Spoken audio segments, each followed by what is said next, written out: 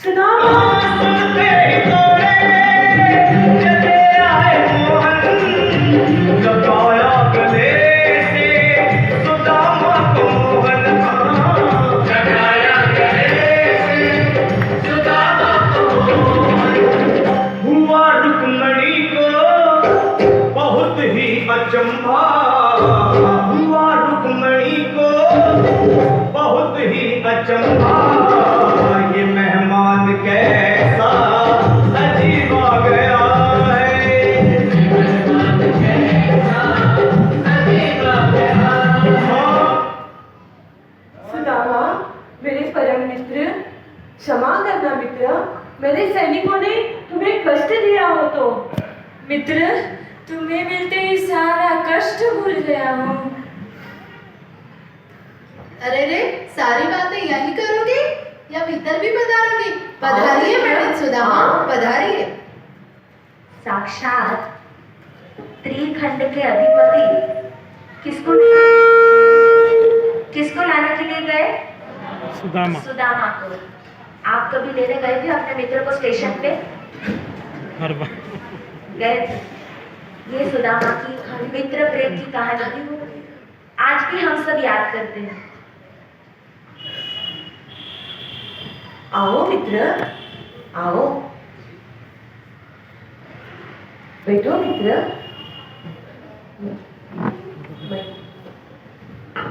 नहीं नहीं, मैं नीचे नहीं मित्र, नहीं, तुम्हारी ये जगह है मित्र, बैठो। रुक्मणी, मेरे परम मित्र की स्वागत की तैयारी करो।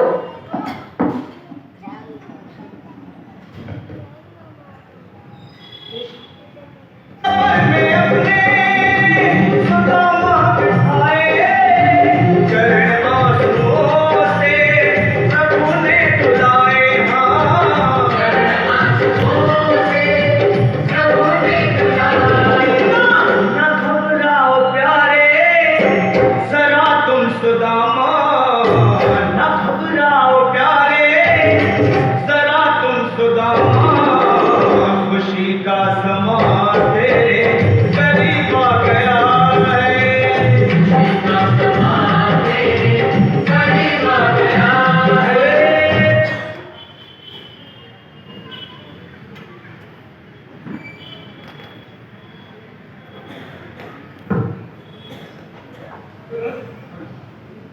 बोलो मित्र, और कैसे चल रहा है? और ये तुम पीछे क्या छुपा रहे हो मित्र? दिखाओ दिखाओ दिखाओ। भाभी ने मेरे लिए अवश्य कुछ भेजा है।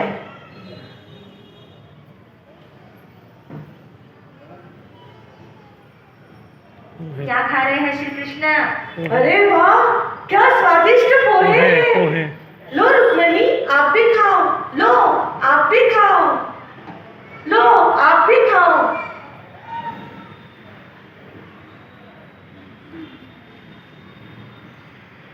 अच्छा मित्र, अब मैं चलता हूँ। रुको ना मित्र, नहीं नहीं, मुझे थोड़ा कार्य है। फिर मिलेंगे मित्र। जरूर मिलेंगे। और अब सुदामा मन ही मन सोचने लगे, क्या श्री कृष्ण ने मेरे मन की बात नहीं जानी? क्या वो ये नहीं जानते कि मैं किस कष्ट से गुजर रहा हूँ?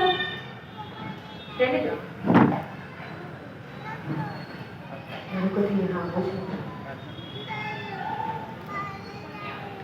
नहीं जाना तुमने मेरे मन को क्यों बिसराया, इस जीवन को खाली ये झोली लेकर हुआ मैं रवाना रे।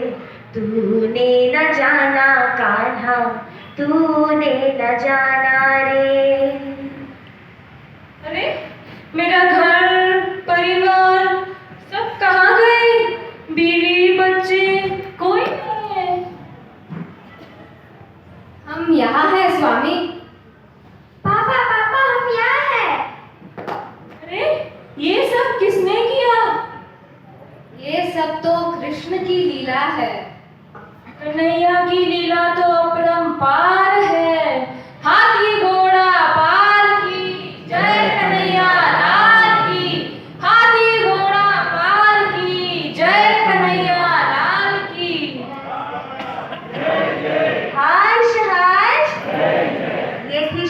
कृष्ण की मित्र प्रेम की कथा। आइए देखते हैं अब श्री कृष्ण का निष्पक्ष जीवन। जब महाभारत का युद्ध होने वाला था और श्री कृष्ण के सामने विकल्प थे, लेकिन तब भी श्री कृष्ण ने कोई पक्षपात नहीं किया।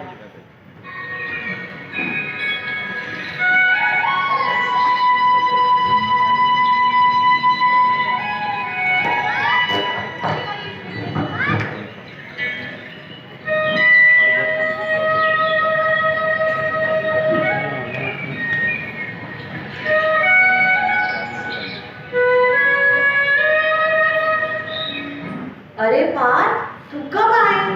प्रभु, मैं अभी अभी आया हूँ। मुझे लगा आप विश्राम कर रहे हैं, तब तक आपको निहार लूं। नहीं, पहले मैं आया हूँ श्री कृष्ण। लेकिन प्रथम तो मैंने पार्थ को देखा। आपको तो पता ही होगा, कौरव और पांडवों का युद्ध निश्चित है। मुझे आपकी सहायता चाहिए। मैं और सहायता? जी प्रभु, मैं भी आज आपसे कुछ मांगने आया हूँ।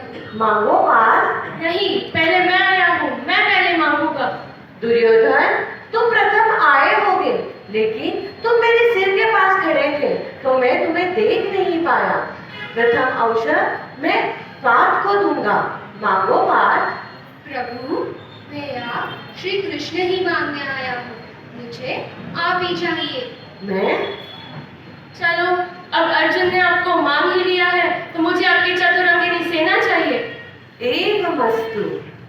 और अर्जुन, अकेला श्री कृष्ण तुम्हें क्या सहायता करेगा? पार्थ, तुमने मुझे क्यों मांगा? मैं तो युद्ध में निशस्त्र रहूंगा।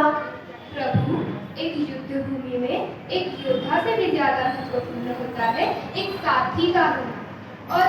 और आप तो सृष्टि के हर मार्ग जानते हैं, इसलिए आज और आप मुझे कभी भटकने नहीं देंगे। आज आपको चुनकर मैंने अपनी जय निश्चित कर ली है।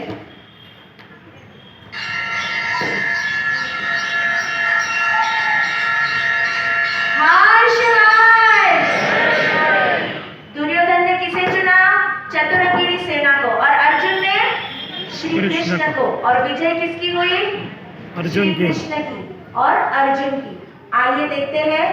अभी तक आपने देखा युद्ध के मैदान का कृष्ण, माखन चुराने वाला कृष्ण, राधा के साथ का कृष्ण, राजपाट निभाते हुए मित्र प्रेम वाला कृष्ण। अब आते हैं अरिष्ट नेमी भगवान के दरबार में, रैवतगिरी पर्वत पर चौरंगी होने वाले बीच में धीरज जी चोरडिया अरिष्ट नेमी भगवान के रूप में आपके सामने आ रहे हैं। रैवतगिरी पर्वत पर अरिष्ट नेमी भगवान विराजमान है। और एक मिनट वो हाथ में से छोड़ूंगा, बड़े ही ड्रामा है, लेकिन फिर भी वो माइक पकड़ेगा। हाँ, ये संसार अनित्य है, जाते समय सारी चीजें नश्वर है। हम ये नहीं जानते हमारा जीवन कब खत्म हो जाएगा। देखते देखते सांसों का पिटारा न जाने कब खत्म होता। हमारे जीवन में हमें जितनी भी सांसें मिली थी उसका जतन करके हमें धर्म आराधना कर लेनी चाहिए। बंदे, मैं यह काल पूर्ण करके कहाँ पहुँचूंगा? तुम यहाँ से करके किसी पृथ्वी में जाओगे। क्या क्या बंदे, मैंने इतने पाप किए हैं, इसका कोई उपाय नहीं है बंदे। मुझे नरक की यात्रा से करनी पड़ेगी। कर्मों की कहानी रानी, सब पाकर मैं रह गया खाली। हे भगवान, मेरा क्या है स्थान? रो रो कर कृष्ण करे अर्थ ध्यान। जब कृष्ण को पता चला कि उनकी मृत्यु होने के बाद वे तीसरी पृथ्वी में जाएंगे, तो अब देखिए वो क्या पूछते हैं भगवान से। बंदे बंदे, मुझे इस पे कुछ उपाय बताइए। मैं क्या करूं, यानी मैं ये नरक गति में ना जा पाऊं। उपाय बताइए बंदे। वासुदेव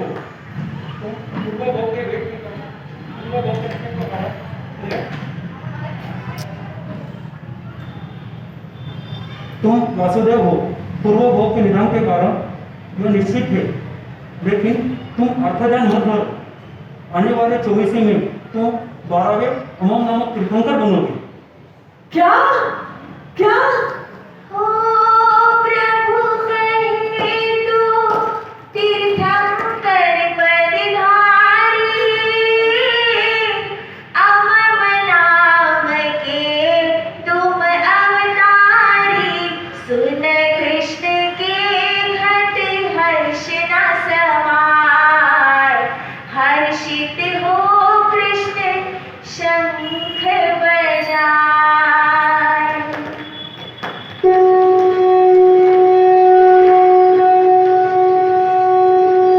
जब कृष्ण को पता चला कि वे 12वें तीर्थंकर बनने वाले हैं आने वाले 24 के, तो कितने हर्षित हुए देखिए। और अब वे क्या घोषणा करते हैं?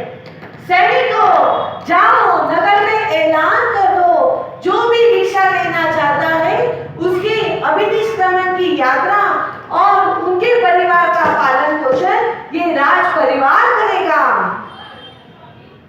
और अब आती है बारी पूरे राज परिवार की नहीं, स्वयं के घर की।